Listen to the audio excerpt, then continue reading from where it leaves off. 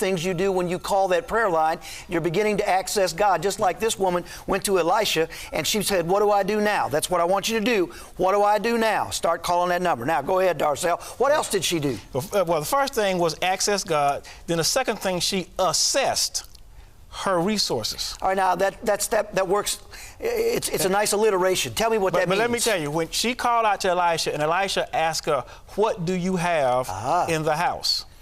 So she had to do an evaluation of what she had. God uses what we have a lot of times to get us out of debt, to deliver us. Are you saying we have resources we don't know we have? We do. One of the big traps, one of the big mistakes we have is that we don't value what we do have.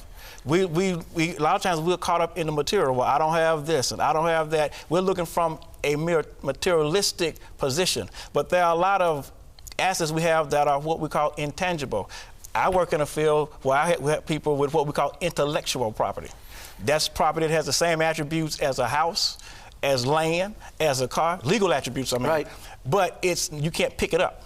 But we have a lot of intellectual assets. We have experiences, we have talents, we have gifts, we have knowledge. Those, when God asks, what do you have in your house, we don't consider that a lot of times, and those are things God's going to use. As we were talking before, we have a lot of people who have lost their jobs that were in high positions in companies. Well, they didn't get to those positions by just chance. They had skills and abilities that enabled them to advance to those levels. Those skills and abilities are assets that God can still use right now. So when you do your assessment, as Ralph West, one of the preachers I heard preach about this, talk about don't live on the wrong side of the but.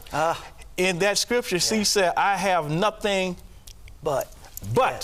And a lot of people stop with the I have nothing, you know. Right. So she did have all, but we don't get that far. We just stop with the I have nothing. So we have to be very careful. And when you access God, God's going to reveal to you what you do have. Wow.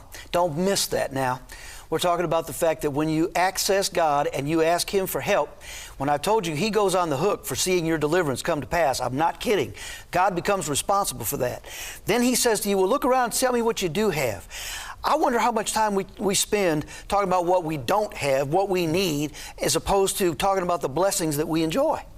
I wonder what would happen if we really started majoring on the majors instead of majoring on the minors.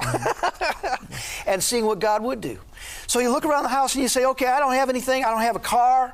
I couldn't get to a job if I had one because I don't have a car. Have you ever met anybody who didn't have vehicles or transportation that had wonderful ideas? Everybody has ideas. Thank you. You have to understand, we are made in the image of God. Yes. God created. Yes. We are in that same image. We have the ability to create. That's why God gives us ideas. And people, a lot of times, we miss them. We don't think much of them. And that's a problem. That's why some people don't develop their ideas, because, first of all, they don't really believe God will give them something of value. Which means they've got a self-image problem when it comes to how God sees them. But that's true. They have a self-image problem. Let me tell you what God says about you in Ephesians. It's in one word. You're a piece of work. He calls you His masterpiece. That's what He calls you in Ephesians. You are His handiwork, His masterpiece. You're a piece of work. That's what God says about you. Yeah, but Darcel, I'm 78 years old. I can't do anything anymore. I can't even get out of my house. I've just got barely enough money to pay the light bill. You know, I'm living on a fixed income. You ever hear any of that? And again, that's that danger in your assessment.